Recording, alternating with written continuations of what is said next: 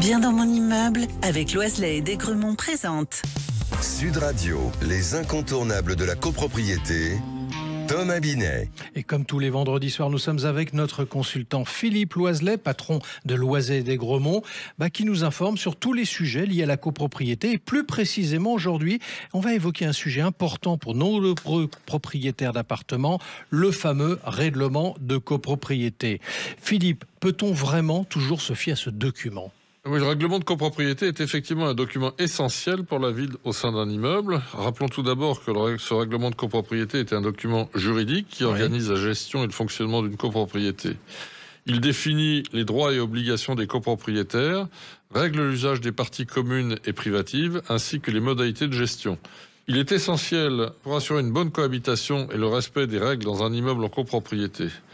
Malheureusement, ce document n'est pas toujours parfait, ni à jour, et il peut y avoir des situations où l'on ne peut pas entièrement s'y fier. Alors justement, pourriez-vous expliquer pourquoi le règlement de copropriété pourrait ne pas être fiable dans certaines situations ? Thomas, il y a plusieurs raisons pour lesquelles un règlement de copropriété peut poser problème. Tout d'abord, ce document peut être ancien et ne pas avoir été mis à jour pour refléter les changements de législation ou dans la structure de la copropriété elle-même. Par exemple, des modifications de parties communes qui pourraient ne pas être correctement reflétées. Par ailleurs, le règlement de copropriété peut contenir des clauses ambiguës ou des dispositions qui prêtent à interprétation. Cela peut entraîner des conflits entre copropriétaires ou avec la copropriété sur la manière dont certaines règles doivent être appliquées. Que se passe-t-il, Philippe, si le règlement de copropriété est en conflit avec les lois actuelles ? La loi prime toujours sur le règlement de copropriété. Si une disposition du règlement est en conflit avec la loi, cette disposition est considérée comme nulle et non écrite. Cependant, dans la pratique, il peut être difficile pour les copropriétaires de connaître toutes les lois applicables et de savoir si leur règlement est conforme. Cela peut nécessiter une consultation d'un avocat ou d'un notaire spécialisé dans le droit immobilier. Et existe-t-il des mécanismes pour résoudre les fameux conflits qui peuvent surgir en raison de ces ambiguïtés ou contradictions, Philippe ? Oui, il existe plusieurs mécanismes. La première étape consiste généralement à tenter de résoudre le conflit à l'amiable entre les parties concernées. Si cela ne fonctionne pas, les copropriétaires peuvent se tourner vers le syndic ou demander la convocation d'une assemblée générale pour discuter et voter sur la question. En dernier recours, les parties peuvent saisir le tribunal compétent pour trancher le litige. C'est pourquoi il est souvent recommandé d'avoir un règlement de copropriété aussi clair et à jour que possible. Et quels conseils, Philippe, donnez-vous aux copropriétaires pour éviter de telles situations vécues ?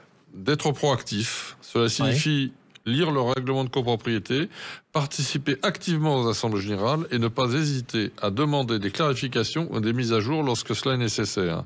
Est-ce que vous pensez que le règlement de copropriété devrait être révisé de manière systématique ? En théorie, oui. Oui. Une révision systématique, disons tous les 5 ans, pourrait aider à s'assurer que le règlement reste pertinent et conforme aux lois actuelles. Cela permettrait également de réduire les ambiguïtés et les risques de conflits entre copropriétaires. Malheureusement, la complexité actuelle de cette démarche et le coût que cela engendre l'interdit pratiquement dans les faits. Et pour conclure, Philippe, quelles modifications faudra-t-il apporter à la loi pour rendre ces changements plus faciles ? En cette matière, comme en plusieurs autres en copropriété, l'évolution de la loi devrait viser à une simplification des règles de majorité.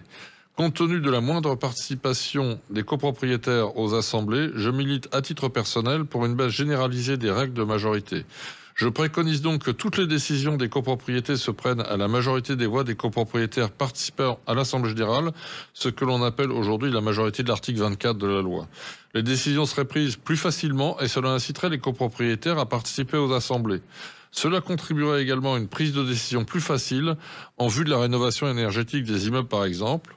Je pense que c'est même la meilleure solution pour arriver à une évolution dans ce domaine. Merci Philippe. Et on vous retrouve vendredi prochain pour un autre numéro d'Oser investir, les incontournables de la copropriété.